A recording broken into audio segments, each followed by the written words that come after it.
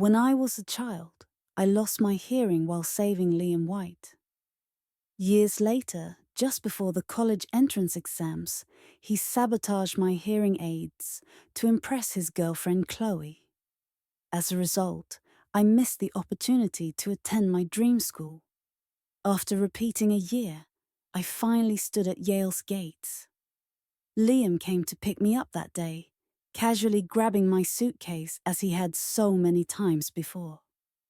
"Not bad, little Duffy," he said with a smirk. "I knew you'd make it." I didn't reply. Instead, I turned away and ran into the arms of Luca, who had just stepped out of Yale. He ruffled my hair, smiling warmly. "Baby, why are you here so early?" The sound of the bell marked the end of the English exam. I stumbled out of the hall dazed. It was the last exam. Around me, students were buzzing with excitement, making plans for the summer.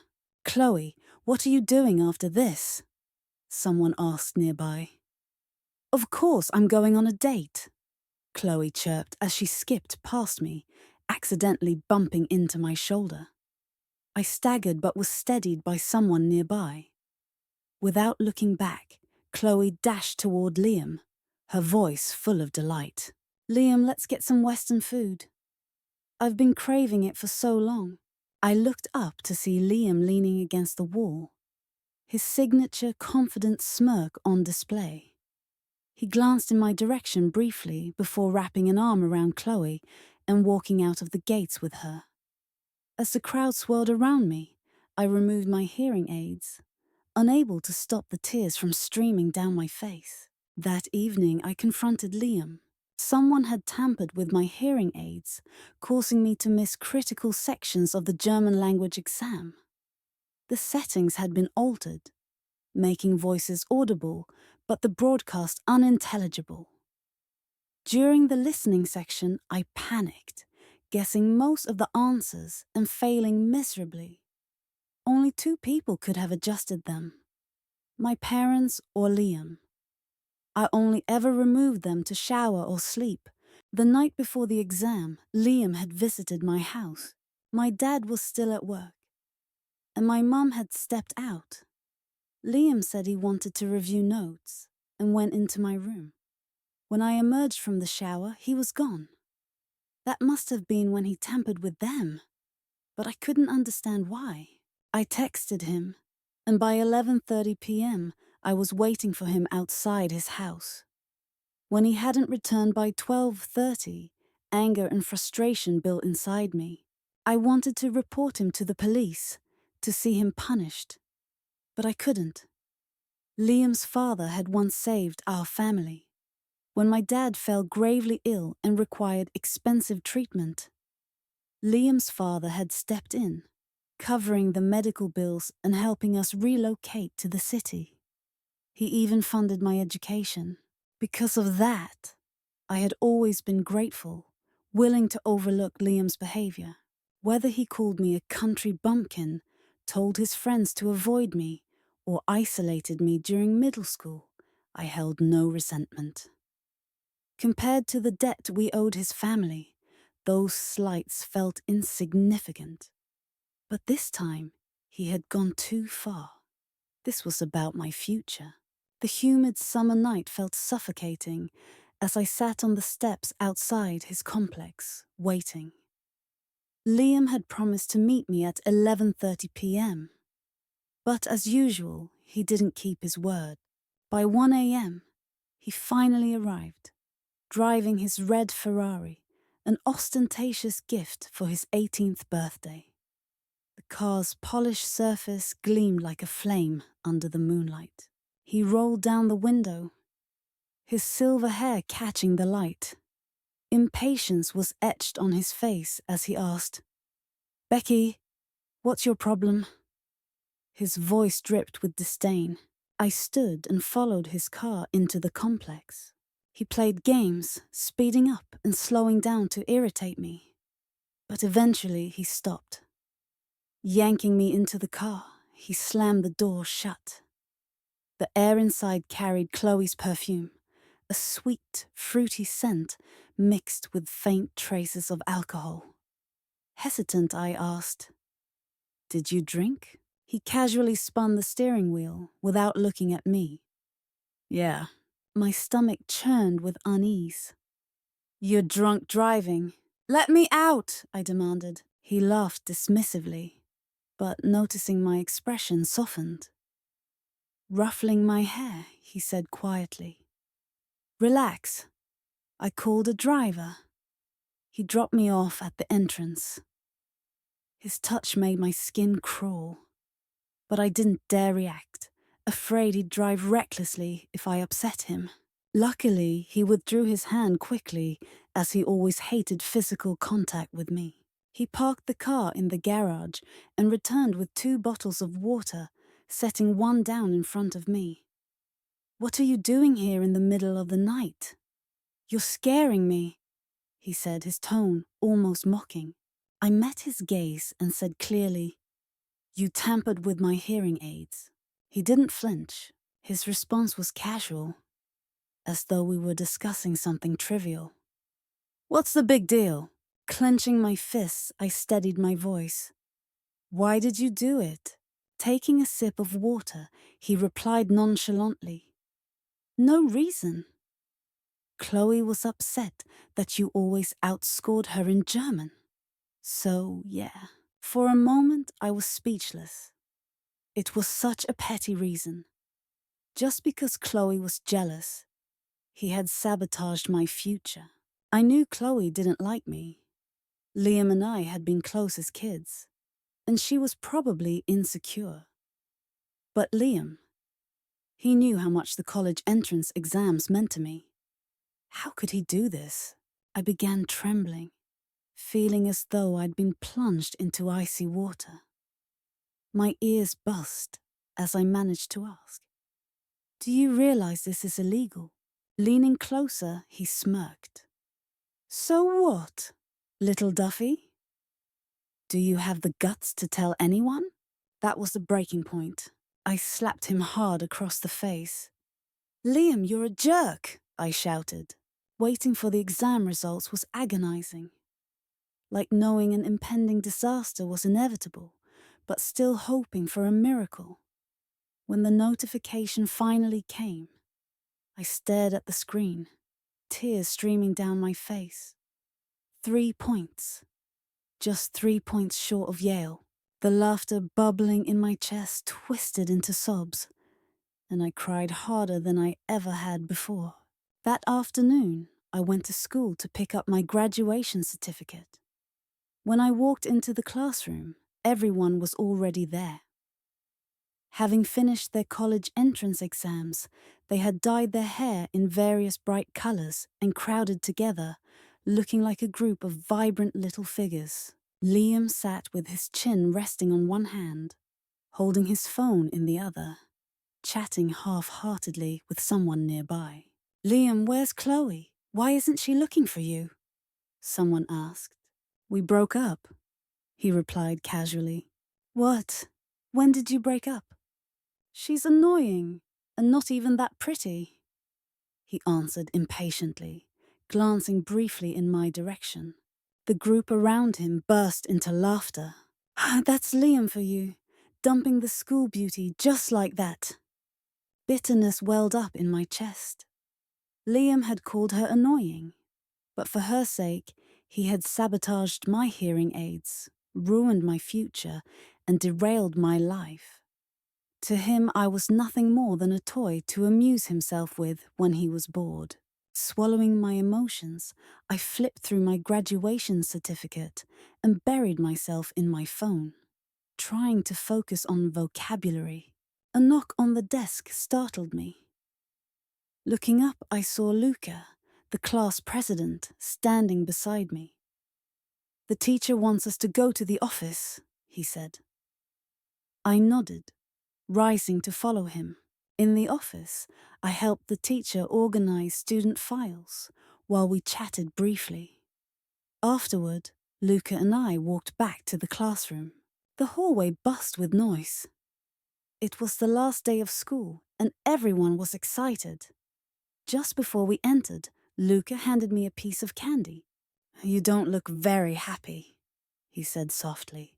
I looked up, seeing sunlight filtering through the window, scattering flecks of light across him. Luca wasn't handsome in the bold, striking way Liam was. He had a calm demeanor, pale skin, and a gentle smile. His eyelashes dipped slightly when he looked down, and his gaze always carried warmth. "Thank you," I said after a moment, adding, "I heard from the teacher that you were the top scorer this year. Congratulations." He smiled faintly, but didn't say anything more. As we returned to the classroom, the noise grew louder as students prepared to leave. Soon, only Luca, Liam, and I remained. Liam's presence made me uncomfortable, but I tried not to think about why he hadn't left yet. Slinging my bag over my shoulder, I waved to Luca, ready to head home. "Becky, can I give you a ride home?" Luca asked, with his usual warm smile. Before I could respond, a loud thud made me turn. Liam had kicked a desk aside, his eyes blazing with fury. He sat there, glaring at Luca like a man possessed. The intensity of his anger was unnerving, irrational, even terrifying. Not wanting to see him lose control, I grabbed Luca's sleeve and pulled him away quickly. It wasn't until we crossed the school gate that I let go of his sleeve, feeling awkward. "You weren't scared, were you?" I asked hesitantly, immediately regretting the question. It sounded like I was apologizing for Liam, as though we were somehow connected. Luca shook his head, his smile steady. After a pause, he spoke again.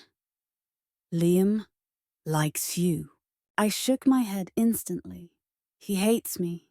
The summer sun was blinding, and the heat felt suffocating. I didn't understand why Luca had offered to walk me home, but I was grateful. For the first time in a while, I realized I liked him. He was the top student every year, calm and kind to everyone. On countless nights when I struggled with math problems, I had glanced at his focused profile as he studied. "Luca," I called softly, "which school are you going to?" The question made my chest ache. It didn't matter anymore. I probably wouldn't be attending any school at all. After thinking for a moment, he replied, "I remember you saying your dream was Yale, Becky. Why don't you consider repeating the year? Yale will still be there waiting for you." My eyes widened. Luca stopped at a nearby store, bought 2 bottles of iced water, and handed one to me. "I'm sorry," he said gently. "I've been paying attention to you. I asked the teacher, and she mentioned you didn't do well this time. I know how much Yale means to you, and I believe you deserve to reach your dream. Becky, would you think about trying again?" It felt like fireworks were going off inside me. I stared at the water bottle in his hand, overwhelmed by a sudden warmth in my chest.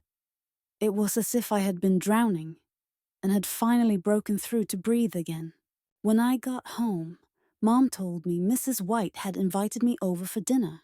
I hadn't told my parents about the hearing aids, partly because we still owed the White family money, and I didn't want to cause trouble, and partly because Mr. and Mrs. White had always been kind to me. After some thought, I said, "Mom, I want to repeat the year in high school." She looked at me surprised. "But didn't you do well in the exams? Why?" "I want to go to Yale," I admitted, though I had considered repeating the year. I had hesitated. Since Dad's recovery, our family hadn't accepted any financial help from the Whites, and Dad had been working hard to pay off debts. My school, the best in the city, had waived my tuition due to my grades, but repeating the year would mean paying fees I couldn't afford. To my surprise, Mom didn't argue. She smiled and patted my shoulder. "If you want to do it, go for it. You've always been ambitious, Becky. Her encouragement brought me to the verge of tears, but I held them back and went to take a shower. That evening, Mr. White sent a car to pick me up. To my surprise, Liam was in the car as well. I stayed silent, pressing myself against the door to keep my distance.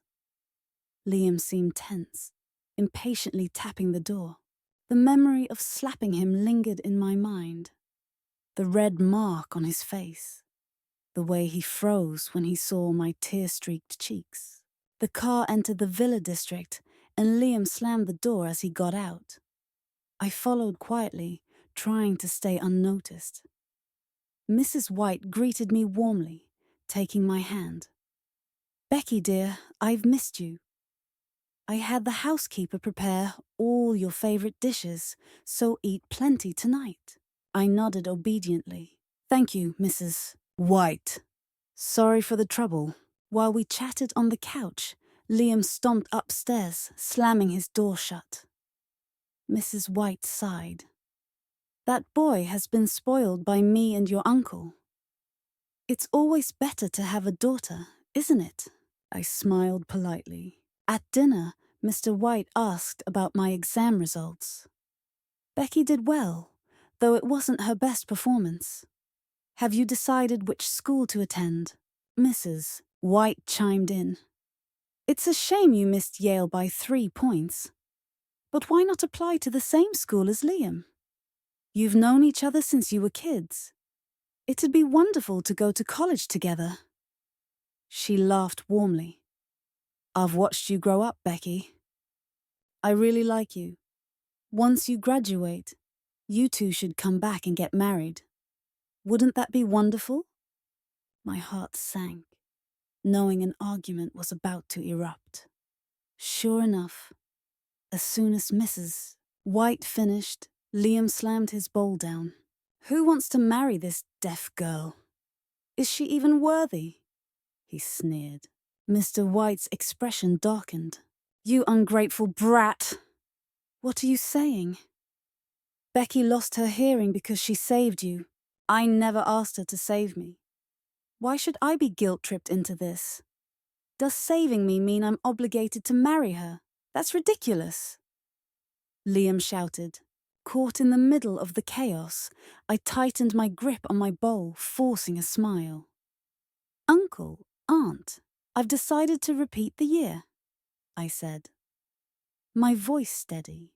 The room fell silent. Liam looked at me, visibly stunned. Smiling faintly, I continued. "Since I was a child, I've dreamed of going to Yale.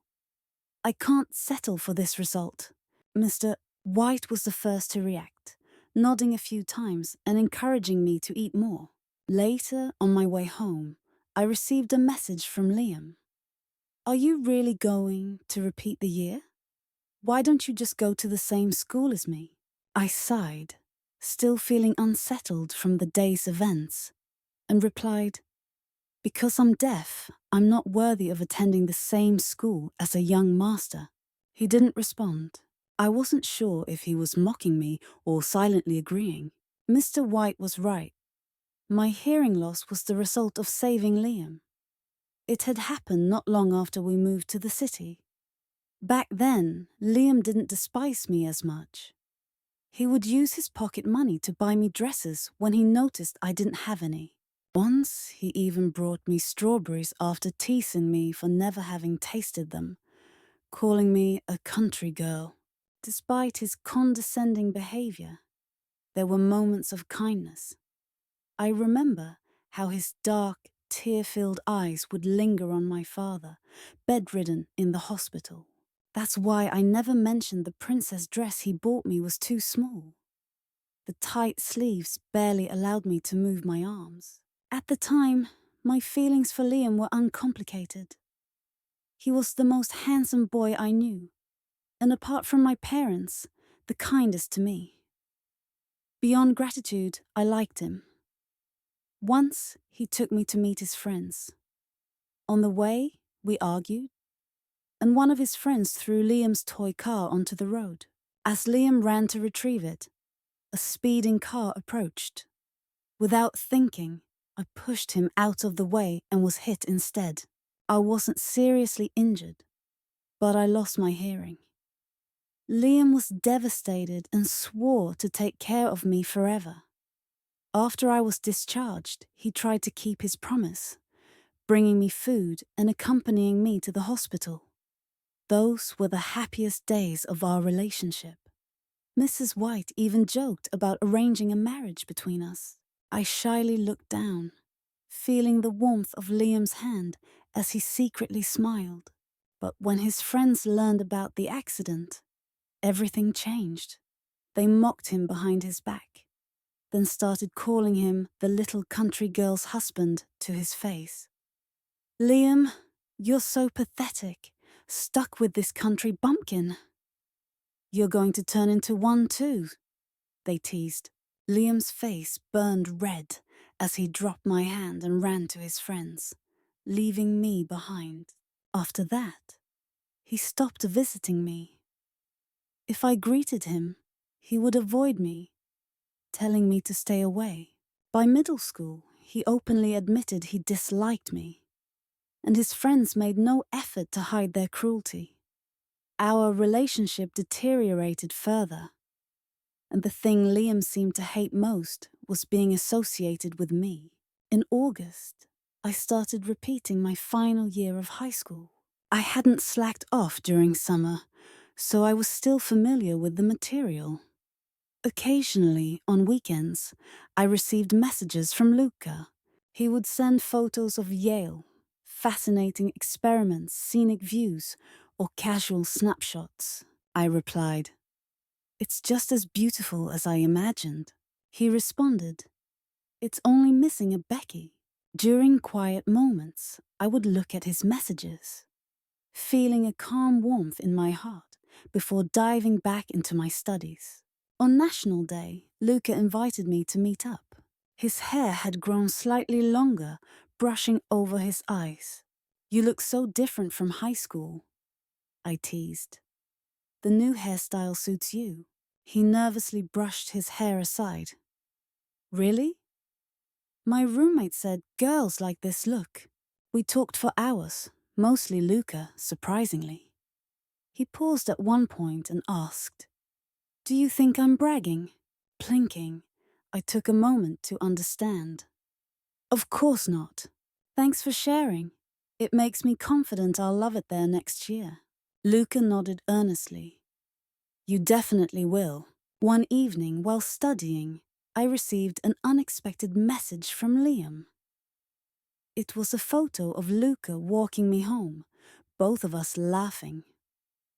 Liam's caption was sharp. "Luca? Why are you with him?" I ignored it, though looking back, I regret not responding. The next morning, Liam showed up at my house. Rubbing my eyes, I walked into the living room and froze. Liam, now sporting dyed hair, sat lazily on the couch, scrolling through his phone. When he noticed me, he lifted his gaze. "Well, can you answer me now? Why are you with Luca?" Already irritable from intense studying, his presence made me snap. "Why should I explain anything to you?" "If you don't," he threatened, "I'll go to Yale and tell everyone Lucas steals other people's girlfriends." His words were nonsensical and infuriating. Luca didn't steal anyone's girlfriend. "Don't you know why I'm repeating the year? Isn't it hard enough without you bothering me?" That shut him up, at least temporarily. I stormed to the kitchen, grabbed food, and returned to my room. When I came out again, he was gone. I continued keeping in touch with Luca while repeating the year. Apart from my parents, he was the only person I spoke to regularly. His messages always calmed me, making the stress of repeating less overwhelming. As for Liam, I wasn't sure what had gotten into him.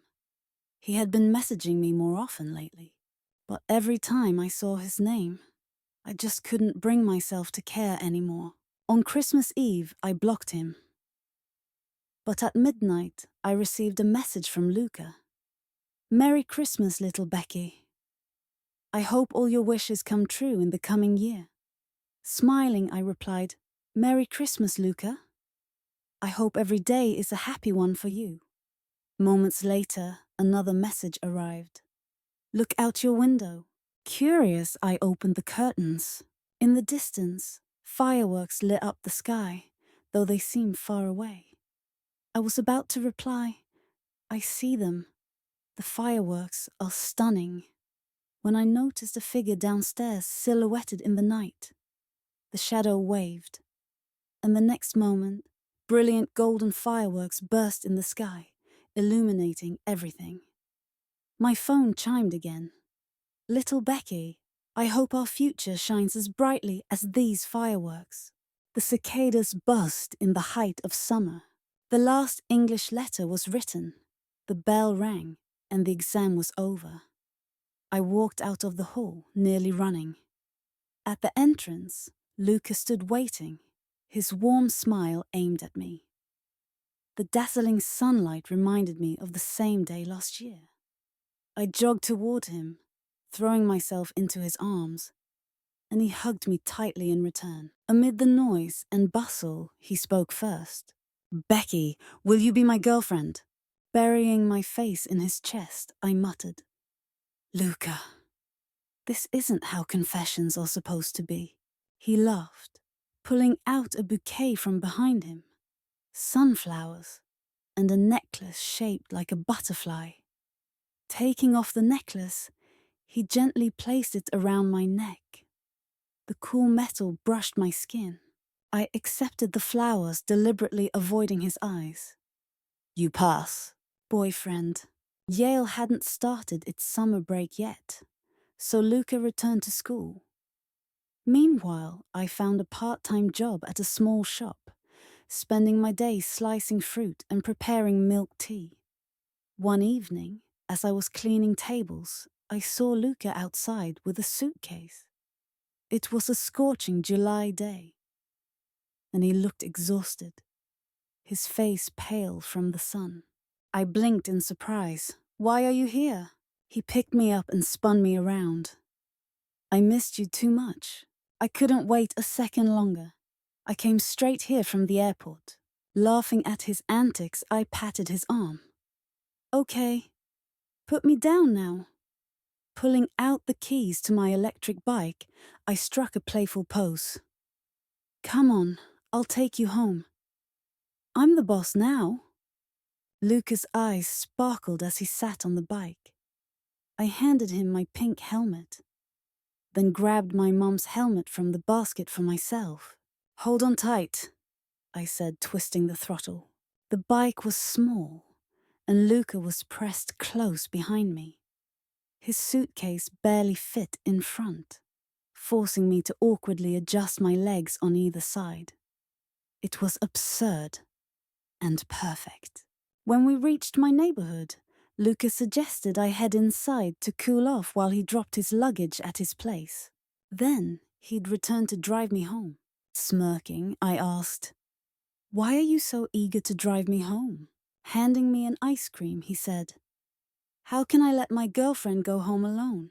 Taking a bite of the strawberry-flavored treat, I nodded. This time he drove, and I tugged at his shirt, enjoying the cool evening breeze. Luca, I called softly. What's up?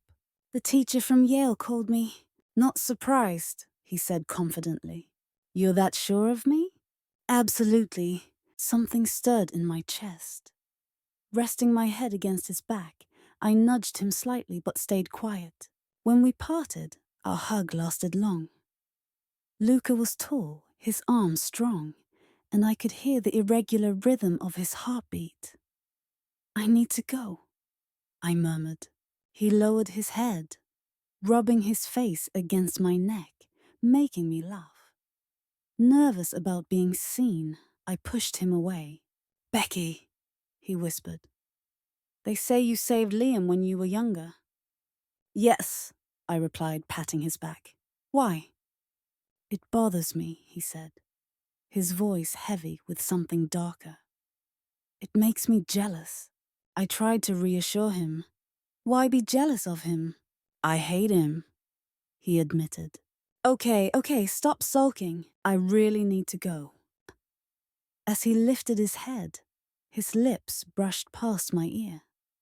The warmth of his breath sent a jolt through me, leaving me flustered.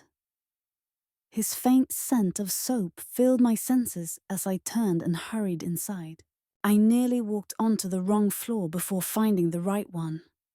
Calming myself, I stood at the door, rubbing my ear.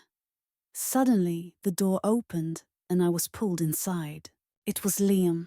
His face was twisted with anger, and he pinned me against the door.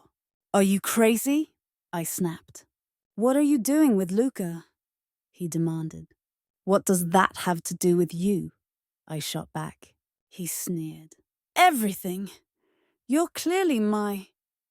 He stopped mid-sentence, his voice rising with frustration. What were you about to say? I asked, confused. After a brief pause, he smirked. I get it. This was all on purpose.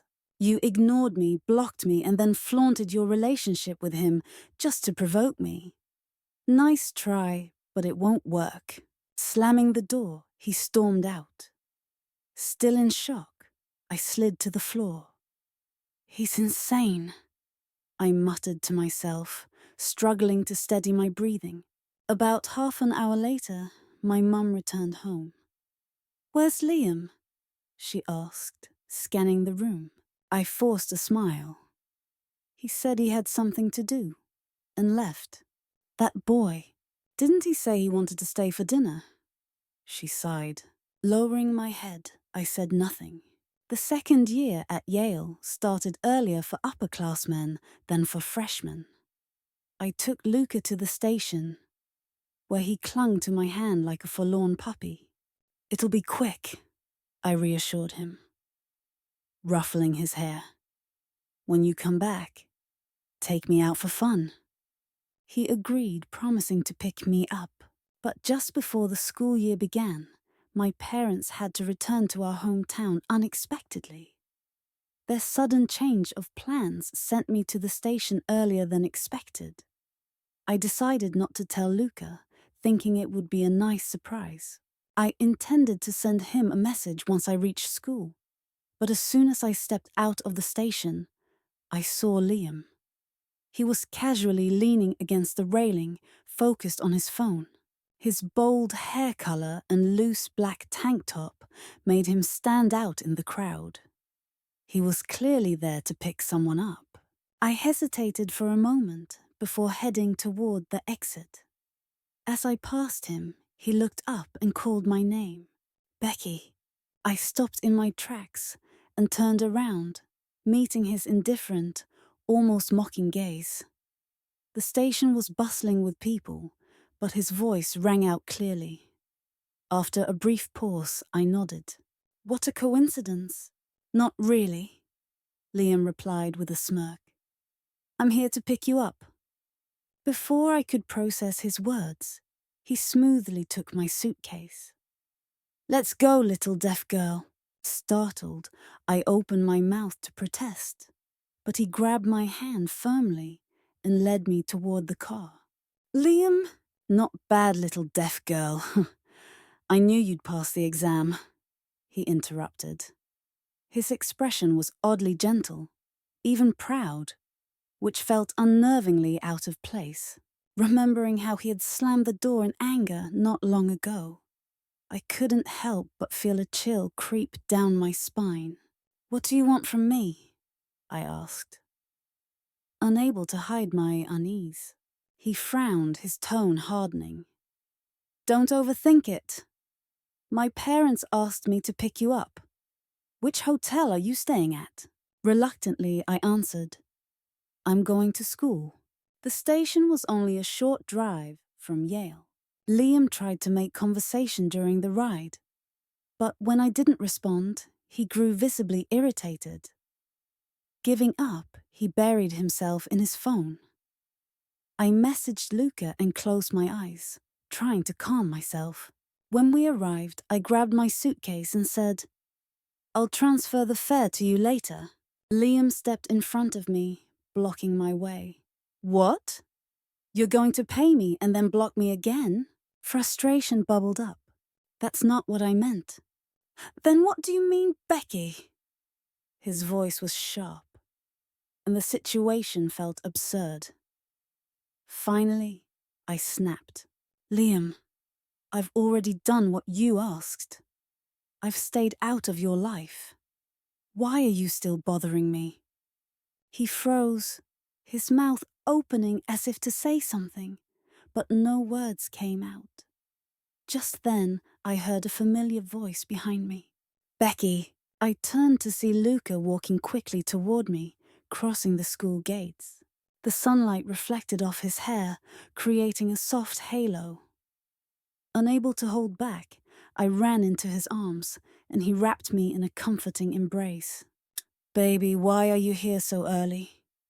He asked gently, his familiar scent enveloping me and calming my nerves. I looked up at him, tears welling in my eyes as I saw the worry and tenderness on his face. What's wrong? He asked, brushing away a tear and tousling my hair lightly. I'm fine, I murmured. Satisfied with my answer, he shifted his attention to Liam, whose expression had soured. Liam's eyes burned with anger as he glared at Luca's hand, resting on my shoulder, resembling a predator sizing up its competition. Get over here, Liam ordered, his voice harsh. Luca's hand tightened on my shoulder as he replied coolly, Watch your mouth, Liam. Ignoring him, Liam barked again. Becky, I said come here. Luca stepped in front of me, his hand gently patting my back in reassurance. Don't be afraid, he whispered. Liam, clearly enraged, moved closer and reached for me. But Luca intercepted him. Who do you think you are? Get lost. Gripping Liam's arm, Luca added firmly, I'm Becky's boyfriend. Who the hell are you? Liam scoffed. Boyfriend? I'm her fiancé. We've been promised to each other since childhood. Becky, I'll say it one last time. Come here. His exaggerated movements and loud voice echoed in the quiet near the school gates, which were fortunately uncrowded. After a tense silence, I couldn't help but laugh bitterly. Liam, do you have no shame? Luca chuckled mockingly beside me. You, a scumbag, calling yourself Becky's fiancé? That's rich. Shocked by Luca's words, I turned to look at him. Liam, Luca continued, his voice calm but brimming with anger. Didn't you recently date a senior from the art school? You even made it onto your campus forum. Liam glared at him. So what? So what? Luca echoed. You've dated 10 or 100 people, yet you expect a girl who doesn't even like you to wait for you. Liam, in the 3 years I've known you, I didn't realize you weren't just a scumbag. You're downright disgusting.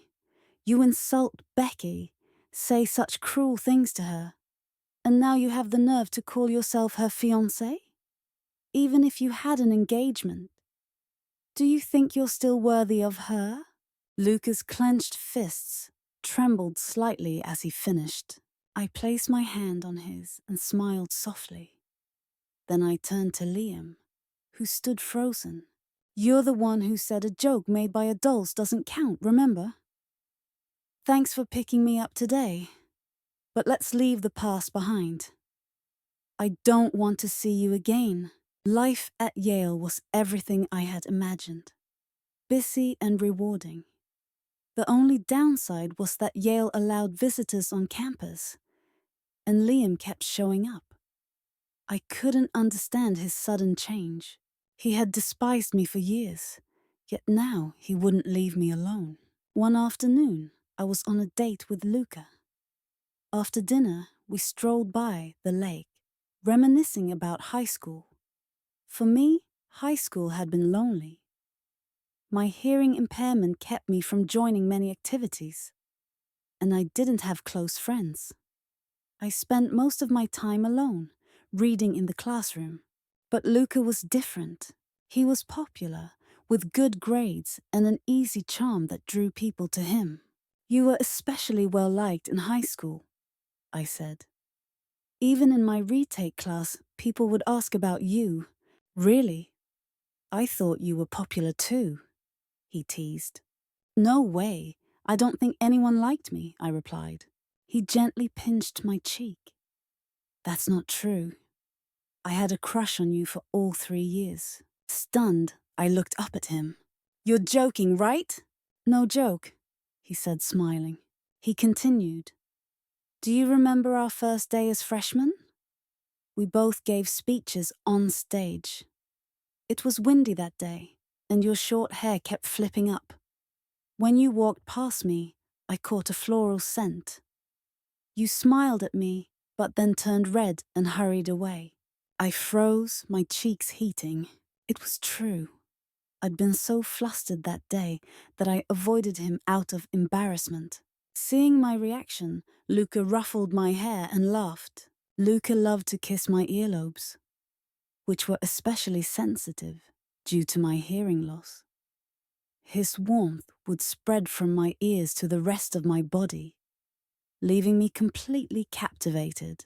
I couldn't stop myself from shaking as he pulled me close and lowered his head to kiss my lips. On the way back to my dorm, someone called out to Luca. Turning to look, I saw a man walking toward us. Luca, great timing. The teacher wants you to help with an experiment, he said before noticing me. Oh, you must be Becky. This guy never stops talking about you.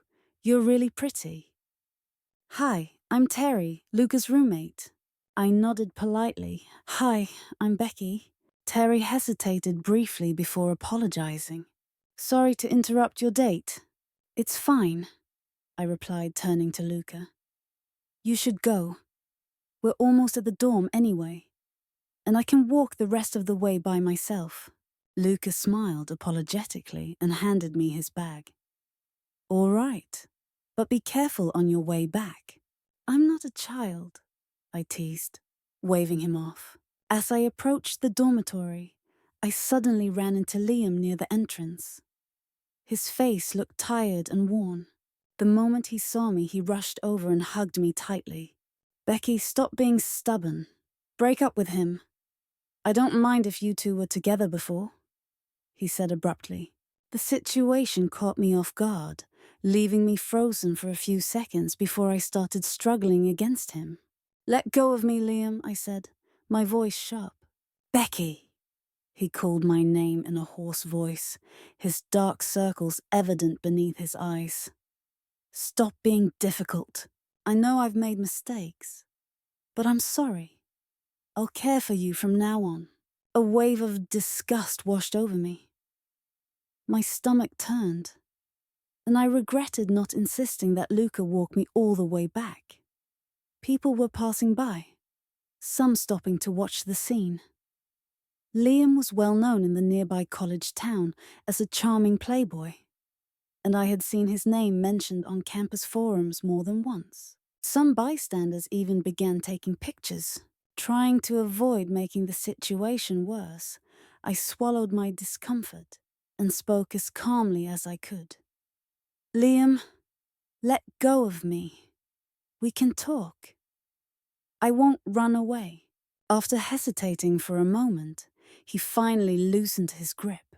We walked to a nearby cafe off campus, where Liam ordered a piece of strawberry cake and pushed it toward me. Do you remember when we were kids? I used to bring you strawberries all the time because they were your favorite, he said. I stared at the strawberry on the cake, unsure of what I felt. Disgust, anger, sadness, or a mix of everything. I suddenly felt like I was dreaming. Why was Liam talking like this? Becky, he said softly, I've thought about it. After we graduate, let's go back and get married. His words snapped me out of my daze. What did you just say? Let's get married, he repeated. his gaze unusually tender, almost unfamiliar. I was afraid to admit I liked you before, but now I know. I'm sorry, Becky, for making you wait so long. I won't let it happen again. For a moment, I wondered if my hearing was playing tricks on me. Liam, this isn't funny, I said firmly, taking a deep breath. I have a boyfriend, and I love him. Stop joking around, and I've told you before. I don't want to see you again.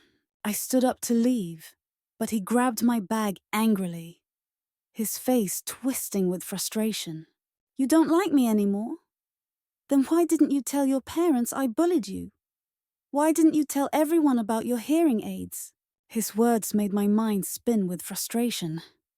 My vision blurred with anger, and I wanted to slap him but restrained myself. Liam, I said, lowering my voice. I didn't call the police because of your parents. Out of respect for them, not for you. How could I like you after everything you've done? I hate you. I despise you. I never want to see you again. Grabbing my bag, I stormed out of the cafe. The golden light of the setting sun bathed me as I walked, wiping away tears I hadn't realized were falling. By the time I returned to the dorms, photos of Liam hugging me had already spread online. The handsome playboy from a neighboring school and Luca's girlfriend, a Yale freshman. Rumors were flying everywhere. Some people even sent me nasty messages. I didn't want to be involved in the drama, so I contacted the campus forum moderators to get the photos removed. Then I called Luca to explain everything. My fingers felt icy as I dialed his number. When he answered, his gentle voice immediately eased my nerves. Becky, are you okay? I'm fine, I replied, though my voice trembled. Luca always made me feel vulnerable in his presence. I told him everything. Instead of blaming me, he apologized. I'm sorry. I should have walked you back to your dorm. Warmth filled me. It's not your fault. After the call, I received confirmation from the forum moderators. The photos were taken down, not just from Yale's site, but also from surrounding schools. Scrolling through the posts, I found one from Liam. It's me pursuing her. Afterward, Liam often waited outside my dorm, but I ignored him completely. One weekend, heavy rain poured all day. As I was reading in my room, one of my roommates called out, Becky, Liam's out there again. Glancing out the window, I saw him standing in the downpour without an umbrella. Another roommate chimed in. Why should she go down? Becky didn't ask him to stand there. I stayed silent, returning to my book. Halfway through the semester, I joined the debate team. Luca, as the vice president, took me to several sessions. At one campus competition, I was the third speaker. Though my heart pounded, seeing Luca calmed me. That debate became a defining moment for me, and clips of my performance spread online. During winter break, I returned home as usual and had dinner at Liam's house. It was a tradition tied to repaying the money we owed. My parents were thrilled to share good news. This year, we could finally pay off all our debt. We won't owe the White family anything anymore, my mom said, stroking my face. You don't have to tolerate Liam for our sake anymore. I placed my hand over hers and nodded, tears falling onto my clothes. That evening, Liam picked us up in his car.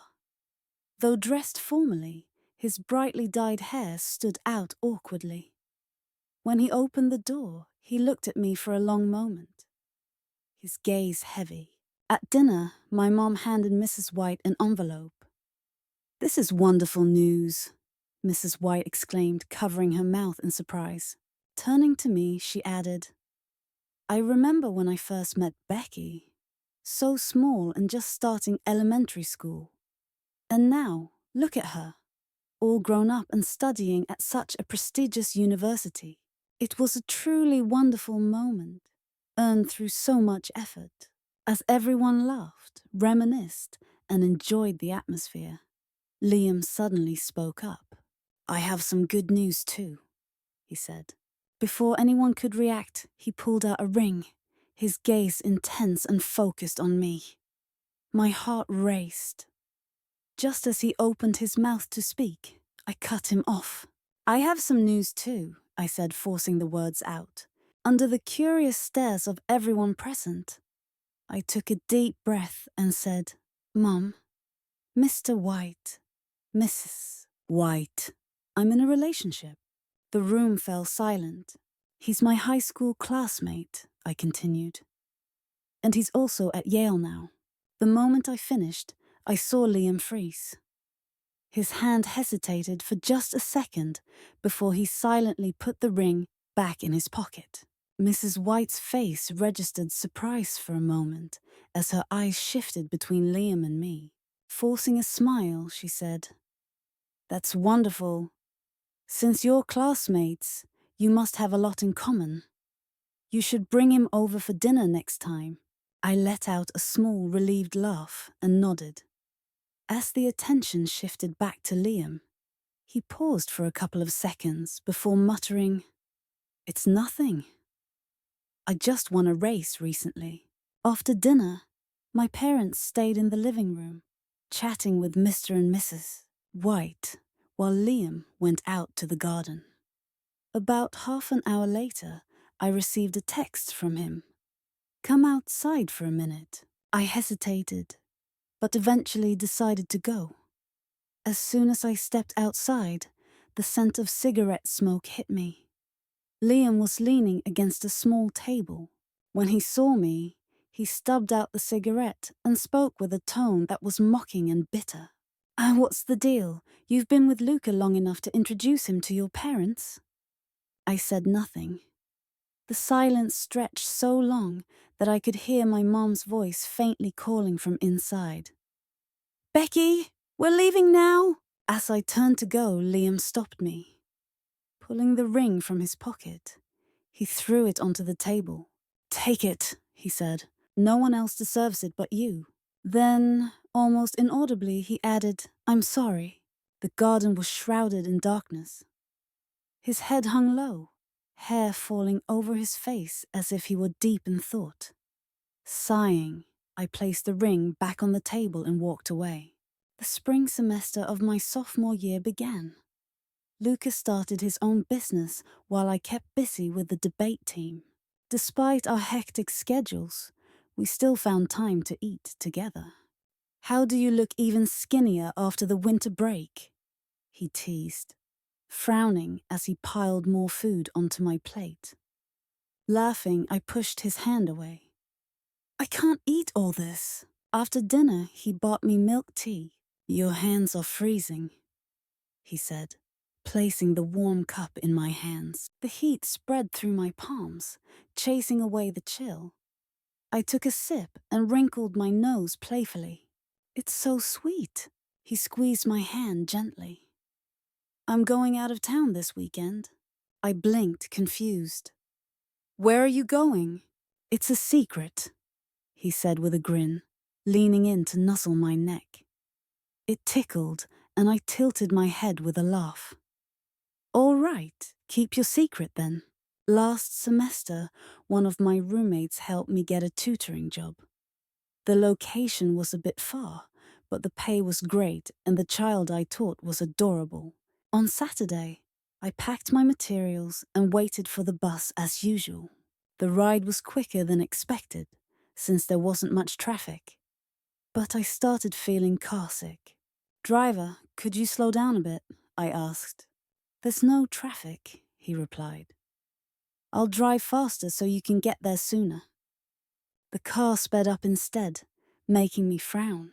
I was about to protest when the driver suddenly slammed on the brakes.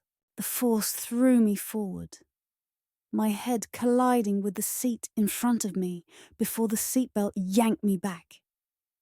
Dizzy and disoriented, I barely registered the sight of the car smashed into a large truck. The driver seemed unconscious, and the front seat was a horrifying mess. I called out, but all I could hear was a deafening buzzing in my ears. Before losing consciousness, I vaguely saw someone outside. The sunlight created a halo around his orange-red hair as he shouted something. When I woke up in the hospital, the sterile smell of antiseptic filled my nose. Moving slightly, I felt pain all over. My roommate, sitting beside the bed, looked up as I stirred. "Becky, you're awake." Tears welled in her eyes. "Are you feeling okay?" I shook my head lightly. "I'm fine." She sighed in relief. "That's good. I told Luca, and he's rushing back to the city now." A thought occurred to me. "Who brought me here?" "It was Liam," she said after a pause. "The car started leaking oil, and he smashed the window to pull you out." "Is he all right?" Her expression turned somber. "Not really. His arm was cut badly by the glass, and he lost a lot of blood. He fainted after bringing you here. Once I confirmed with the doctor that I could walk, I went to the room next door to check on Liam. He was lying on the bed, his pale face framed by his striking red hair. I was about to leave when his eyes fluttered open. "Becky, are you okay?" he asked, his voice weak but filled with relief. I called for a nurse before answering. "I'm fine, thank you." For the first time, he smiled shyly. "I'm just glad you're safe." After the nurse finished checking on him and left, we sat in silence for a while. "Are you okay?" I finally asked. "I'm fine," he replied, his voice full of affection.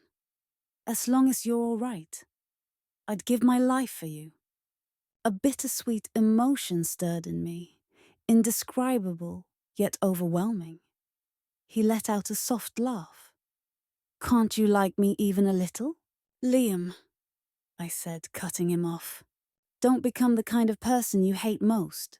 He froze. "I'm sorry. You keep saying sorry," I continued, sitting on the edge of his bed. "But when you repeat the same actions, they're no longer mistakes. They're choices." His eyes pleaded with me to stop, but I pressed on. "In elementary school, you chose your pride. In middle school, you chose to stand by and do nothing. In high school, you chose Chloe. And now, your choice doesn't matter to me anymore." It looked like he was crying. Tears shimmered in his eyes as his voice trembled. "Do you still hate me?" he asked. "No," I said softly. "Not anymore." With that, I turned to leave. Opening the door, I found Luca waiting outside. He stepped forward, wiping the tears from my face before pulling me into his arms. For the first time, I told someone about my hearing aid. Luca kissed my forehead and whispered, "You're the bravest girl I've ever known." Then he pulled some papers from his bag. "I went to New York to see a specialist. I want to get a new hearing aid custom made for you." Tears fell as I kissed him, my heart full. I saw Liam clutching a pair of scissors in one hand, while the other held a lock of my freshly cut hair. His grin was unnerving, with a strange and unsettling air about it. Reaching up, I touched my hair. What had once been soft and long was now uneven and roughly chopped. That day at school, the math teacher scolded him in the office. On the way home, I didn't cry. The wind dried the tears that had already fallen. In that moment, I silently vowed never to like Liam again. Snapping back to the present, I looked at his familiar yet distant face and smiled faintly. "Liam, your argument today was impressive, but I still stand by my position in the debate." He raised his head, and I noticed tears glimmering in his eyes. You haven't smiled like that in a long time, he said quietly. In my senior year, I was accepted into graduate school. Meanwhile, Luca's business flourished. The summer sun in Los Angeles was relentless. Exiting the library, I found Luca waiting for me with a bouquet of flowers. Holding the flowers, I glanced back and felt as if I could see the path we had walked together. Liam's epilogue. After graduating, I left the country to pursue further studies and prepare to take over the family business. On the plane, as the city below grew smaller, I suddenly remembered a childhood moment. I had told Becky I would one day fly a plane. She had looked at me with confusion, but replied earnestly, "I believe you." That memory made me chuckle. The first thing I noticed about Becky when we met was her eyes. She wore clothes that were old and wrinkled, her shoes were scuffed and yellowed, and her face bore the marks of sunburn. She was the skinniest and darkest girl I had ever seen. But when she looked up, her dark eyes seemed to sparkle, as clear and lively as water. I liked her, but couldn't admit it to anyone. She was a country girl, and I knew others would mock me for it.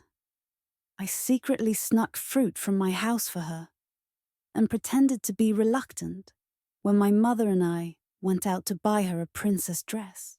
Then she lost her hearing while saving me. It broke my heart. I promised her, "I'll protect you forever. I'll always be good to you." But I didn't keep my word. My friends teased me, calling her a country bumpkin and saying that if I liked her, I must be one too. Their words angered and embarrassed me. I started resenting her and didn't want to be associated with her. I told her, "Don't follow me around." But she replied, "Mrs. White told me to make sure you drink water." Frustrated, I snapped, "Why are you listening to my mom? Are you our family's dog?" Immediately, guilt gnawed at me. I was upset not because of her actions, but because she wasn't coming to me of her own will. She was doing it because my mother had asked. Becky was always proud. At the time, she was undergoing hearing tests and couldn't hear well, but she understood what I said. When I saw the hurt and confusion in her eyes, I swallowed hard and refused to apologize. I thought that if I apologized, it would mean I had lost. Besides, I believed she couldn't live without me, that she would always cling to me. I was wrong. In middle school, a rumor spread that we had been promised to each other as children. Embarrassed, I stormed to the podium and shouted, "Who said that? I have nothing to do with her. I hate her." When I looked at Becky, she showed no reaction. No sadness, no anger. Her indifference made me even angrier. Later, kids began bullying her, tearing her notebooks and spilling water on her desk. I waited for her to ask me for help, but she never did. In high school, my family's jokes about us grew more frequent. Annoyed, I started dating various people, including Chloe, the school beauty. Before the college entrance exams, Chloe pouted and said, "Liam, Becky is so annoying. She's deaf but still scores so high in German." Ugh, I heard you're her savior. Can you secretly mess with her hearing aid for me? I hesitated before replying. That's illegal. Fine, she said, leaning in. Kiss me then. Afterward, I tampered with Becky's hearing aid. I wanted to see if she would come to me for help. But she didn't. Instead, she said she hated me and never wanted to see me again. Looking back, I could only mock myself. "Liam, you're a horrible person." I had already lost her forever. The plane landed. I stayed abroad for 5 years. During my 4th year, as I prepared to return home, I heard that Becky and Luca were getting married. She even sent an invitation to my family. After a brief pause, I told my parents, I'm too busy with my studies to attend. I didn't want to see her with someone else, but I still wished her happiness. It was almost laughable. On her wedding day, I transferred 2 million to her account. She returned the money. That night, I stayed up in bed and decided to donate the amount in her name to a primary school in a poor rural area. When I returned to my home country, my father handed me control of the company. My workload was overwhelming. I occasionally heard about Luca's successes. His business had grown rapidly, and he was hailed as a rising star in the industry. Once the company stabilized, I began doing charity work. I donated to causes supporting hearing-impaired children and impoverished communities, always in Becky's name. When reporters requested interviews, I declined. I'm just atoning for my mistakes, I would say. The real benefactor is Becky. Eventually, I adopted a hearing-impaired boy. His eyes were as clear and bright as a tranquil lake. Time flew by. In what felt like an instant, I was over 40. In the past 2 decades, I had never considered marriage. I thought it was something I'd never pursue. Then, I was diagnosed with stomach cancer. Chemotherapy left me unable to walk. One day, my son brought me to my old high school. The campus had been renovated many times, and most of the facilities were unrecognizable. I told him to go on ahead while I sat in my wheelchair, lost in thought. In the distance, I saw a familiar figure. It was Becky, walking hand in hand with Luca. The sunlight filtered through the trees, illuminating her smile. Her steps were light and carefree. For a brief moment, I saw the girl from my childhood, the one who used to run toward me, smiling and waving.